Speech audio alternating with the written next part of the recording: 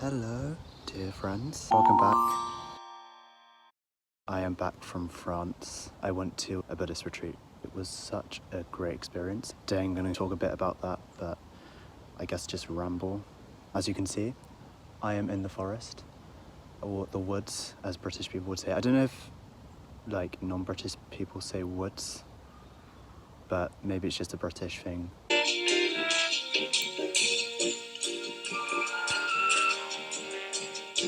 I'm reflecting on how this feels different than the last time I recorded. Last time I recorded was at night. I'm pretty sure I looked like some kind of Batman supervillain. Most of my face was covered in the darkness. You could see bits of me through street lights and stuff, but now you can officially see me.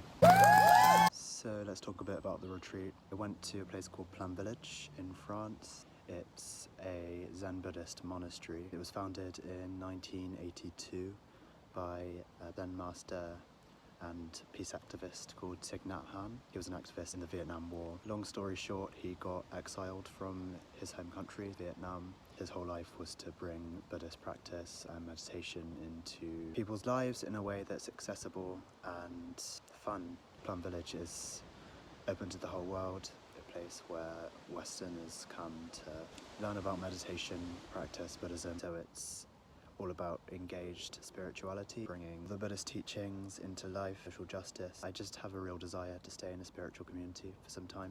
I just really connected with the people there. It was a young person's retreat where young people aged between 18 and 35 go to share in the practice. There are people there from all over the world. It was just really wonderful. I stayed in a dorm room with just people who either identified as women or non-binary.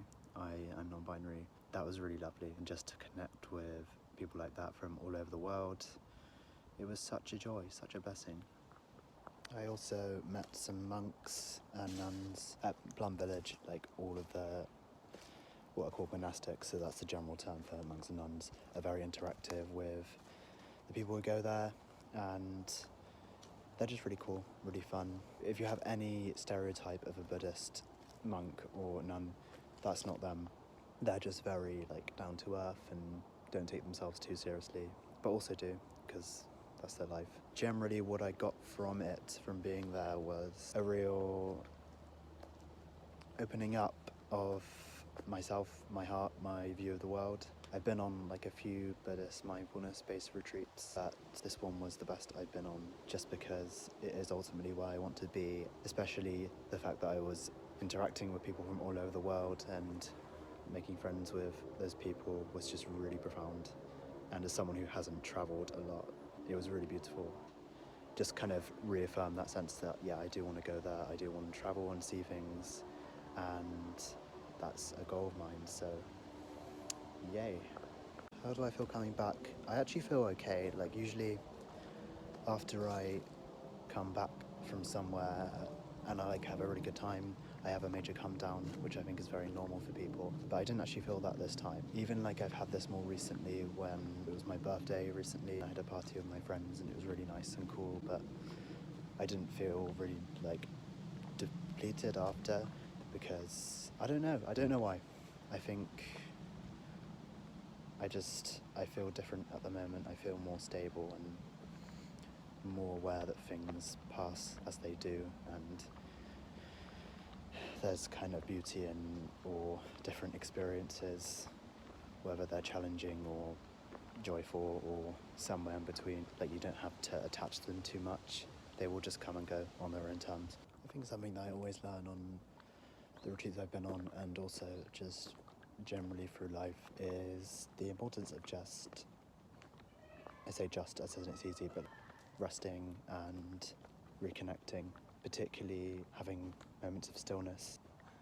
I think the danger of meditation and similar things is that it can be maybe not so accessible, you're supposed to sit still for a certain amount of time, but actually it is so much more than that. We can be present and be just where we are in just the small moments.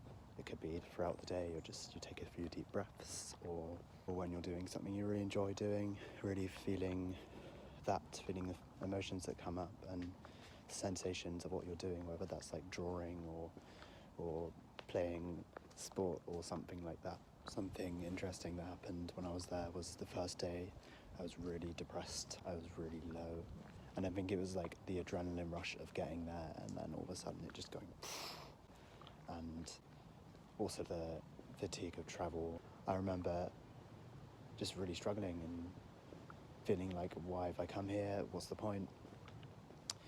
And should I just leave? Is this really what I was looking forward to? Why did it, all that stuff. And then that slowly changed the more I connected with people. There we have what are called families. So you share in a group of people. I was in the rainbow family, so the LGBT group. I've really connected with people there, as well as people in my dorm room. And things just changed, and it all turned out to be okay. Obviously there were still challenging moments. I still felt lonely, moments of social anxiety, and like I wanted to hide from people. I just feel like when you're in that kind of environment where you don't have the usual distractions that you do in life, you can just observe things a lot more and like, okay, now I'm feeling lonely, now I'm feeling anxious, now I'm feeling joyful, now I'm feeling like a lot of high energy, and it just kind of comes and goes as it does. You can kind of observe that in a very gentle and kind of meaningful way, because a lot of the time when we do have an emotion, we're kind of almost caught in it. If something happy happens, we're like, I want that, I'm gonna keep having that, and inevitably the crash happens, the come down happens, and then we feel low, and then we attach to that, and then it's just this kind of constant loop. Something I suggest for people, everyone generally, just when you are going about in your life, just have moments where you're being still and being aware of where you are, noticing the sounds around you, or feeling of your breath or the feet on the ground. Even if you're just feeling a certain emotion, wherever that might be, positive, negative, or whatever, just observing it as it comes with a kind of open heart, without judgment, with open-mindedness. And even just having those small moments throughout the day is just really powerful.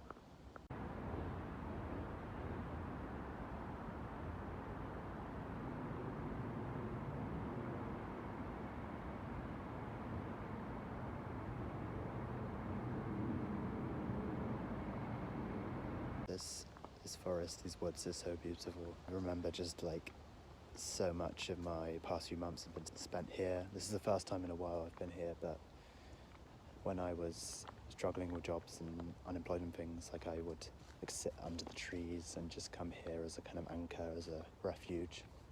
It was really powerful, and a lot of the time when I go here, a lot of strong emotions come up, whether that be like nostalgia or longing or joy or sadness or boredom. It's interesting walking and you are in nature, but you catch yourself like walking really fast and kind of wanting to get home and tired. So yeah, I find it quite interesting over summer, the pressure to be a certain way, to go on holiday, particularly to go on vacation or whatever it might be. I remember when I was younger, I got really jealous of my friends or like people in my school who would go on really fancy holidays, and I'd like spend my summer just sat on the sofa, kind of slowly rotting into the abyss, just scrolling through Instagram, seeing where they've been, who they've been with. This is the first summer in forever where I don't feel like that. I think it helps definitely that I'm not at school anymore.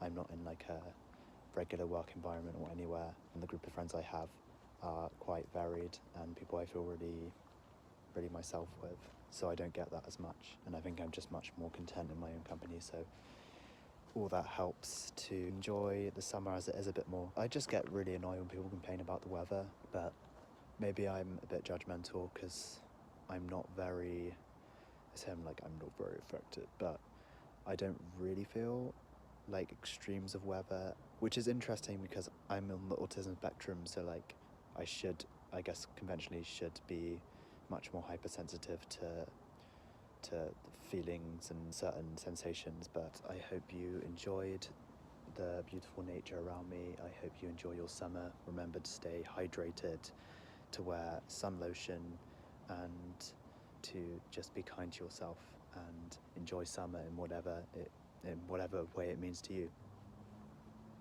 Bye. Dear friend, let me tell